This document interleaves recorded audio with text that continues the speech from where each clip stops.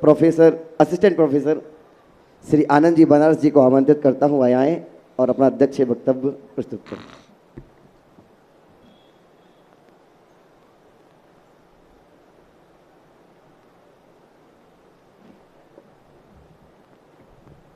जगत पूज्य अभिनंदन नाथ भगवान के श्री चरणों में कोटि कोटि नमोस्तु निवेदन करते हुए पूज्य मुनिद्वय के श्री चरणों में बारंबार नमोस्तु निवेदन करता हूँ। सम्माननीय त्यागी व्रतिगण, उपस्थित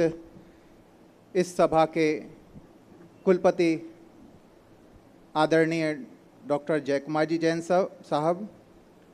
परम आदरणीय उपकुलपति महोदय पंडित श्री अरुण कुमार जी शास्त्री साहब, संस्थान के मंत्री श्री कासलीवाल जी साहब, आज के इस सभा के सारस्वत अतिथि हमारे अनुज पंडित सीतेश जी शास्त्री, प्रिय स्नातक बंधुओं, इस सत्र में 3 शोध पत्रों का 3 युवा विद्वानों ने बहुत ही सुंदर रीति से वाचन किया और मैं समझता हूँ पूज्य श्री कि इस उम्र में उन्होंने पर्याप्त मेहनत की है, किंतु इससे भी ज़्यादा मेहनत की हमें उनसे भविष्य में अपेक्षा रहेगी। सर्वप्रथम शासकीय सेवा में नियुक्त पंडित अभिषेक जी शास्त्री, जो आपके इस ललितपुर समाज के ही बीच के हैं और वर्तमान में केंद्रीय विद्यालय में अपनी सेवाएं प्रदान कर रहे हैं। इन्होंने जैन बौद्ध न्याय में अनुमान प्रमाण विमर्श इस विषय पर जो बात रखी है, उस विषय पर मेरी लगातार उनसे चर्चा हो रही थी और मुझे ध्यान है कि उन्होंने काफ़ी गंभीरतापूर्ण तरीके से इसमें विषय का प्रतिपादन किया और प्रारंभ में जो उन्होंने न्याय की पृष्ठभूमि तैयार की है वो निश्चित ही पढ़ने लायक है और सभी विद्वानों को ये पढ़ना चाहिए। इसमें जो बातें आई हैं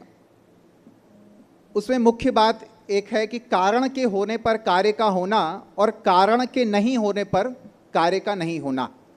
इस तथ्य पर आचार्यों ने विशेष रूप से ध्यान दिया है और जो पक्ष सत्व, सपक्ष सत्व, विपक्ष व्यावृत्ति, इस हेतु को देखते हुए जो भी वहाँ पर कथन किया गया है वो सभी परिभाषाओं में लगाने पर ही सारी परिभाषाएं निर्दोषपूर्ण सिद्ध हो सकेंगी। तो पंडित अभिषेक जी शास्त्री ने जो बात रखी है वो निश्चित ही बौद्ध न्याय और जैन न्याय के परिप्रेक्ष्य में ग्राह्य है और बौद्ध न्याय को थोड़ा सा और गंभीरता के साथ समझना हमें पड़ेगा, क्योंकि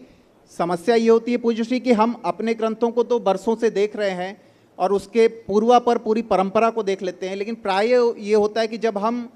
अन्य परंपरा के ग्रंथों को देखते हैं तो हम मात्र अपने ग्रंथों के माध्यम से यदि उसको पढ़ करके समझे कि न्याय हो सकेगा तो यहाँ पर हमारी थोड़ी सी चूक होती है। हमें कम से कम उनके जो ग्रंथ है उसको भी देखें प्लस उसकी आगे पीछे की परंपरा को देखें, क्योंकि कई बार नहीं, प्राय यही होता है कि जब हम किसी तथ्य का खंडन मंडन करते हैं तो खंडन के दौरान जब हम किसी बात को रखते हैं तो उसका वो आचार्य तो हो सकता है उनका काल कवलित हो गए हों, तो उनके कोई शिष्य परंपरा में या कोई आगामी समय में कोई दूसरे जो होते हैं शिष्य प्रशिष्य, वो उस बात का मंडन करते हैं कि नहीं वहाँ क्या कमी नहीं थी। तो इसको थोड़ा सा देखने के प्रयास करने से हमारी उसमें भी उतनी ही अबाध गति होती है, निर्बाध गति होती है।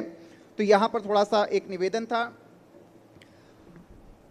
द्वितीय वक्ता के रूप में हमारे मध्य में पंडित पंकज जी शास्त्री, जो विदिशा में शासकीय सेवा में कार्यरत हैं, इन्होंने प्रमेय रत्नमाला की परिभाषाओं पर बहुत ही मेहनत करके एक अच्छा आलेख लिखा और मैं समझ रहा हूँ कि जो ये आलेख हैं इनके सारे, इन आलेखों में जो इन्होंने सूत्र संख्या बताई, उस सूत्र संख्या को लेकर एक बात मैं ध्यान दिलाना चाहूँगा कि 208 जरूर हम सूत्र संख्या करें, लेकिन जब अंदर देखते हैं तो 212 भी 13 भी, वो यद्यपि एक ही सूत्र के टुकड़े करके उसकी मतलब संख्याओं को बढ़ा दिया गया है। तो ये छोटी सी बात यदि और उसमें नोट करें तो उत्तम होगा। परिभाषाएं लिखने के लिए क्या है कि पर मतावलंबियों के निमित्त से ये सारी चीज़ें होती गई। अब यदि हम इसका दार्शनिक पक्ष देखें कि परिभाषाएं एक बार तो लिख दी माणिक्यनंदी आचार्य ने, फिर उसके बाद पुनः परिभाषा लिखने की क्यों आवश्यकता महसूस हो रही है? तो वही जो मैंने पहले बात कही कि जब पर मतावलंबियों ने यहाँ पर प्रश्न जैन आचार्यों के समक्ष उपस्थित किए तो उन्होंने जो बात कही है उस बात से यदि हमारा खंडन होता हुआ प्रतीत हो रहा है तो पूर्वाचार्यों के कहने में क्या आशय था जो पर मतावलंबी आचार्य नहीं समझ पाए हैं, उसको लिखने के आशय से ही इन्होंने परिभाषा को थोड़ा सा और शब्दों के साथ स्पष्ट कर दिया है। क्योंकि जैसे हम लोग देखते हैं पूज्य श्री कि ज्ञानम प्रमाणम की बात हो गई, लेकिन फिर हुआ कि ज्ञानम प्रमाणम कहा तो फिर स्व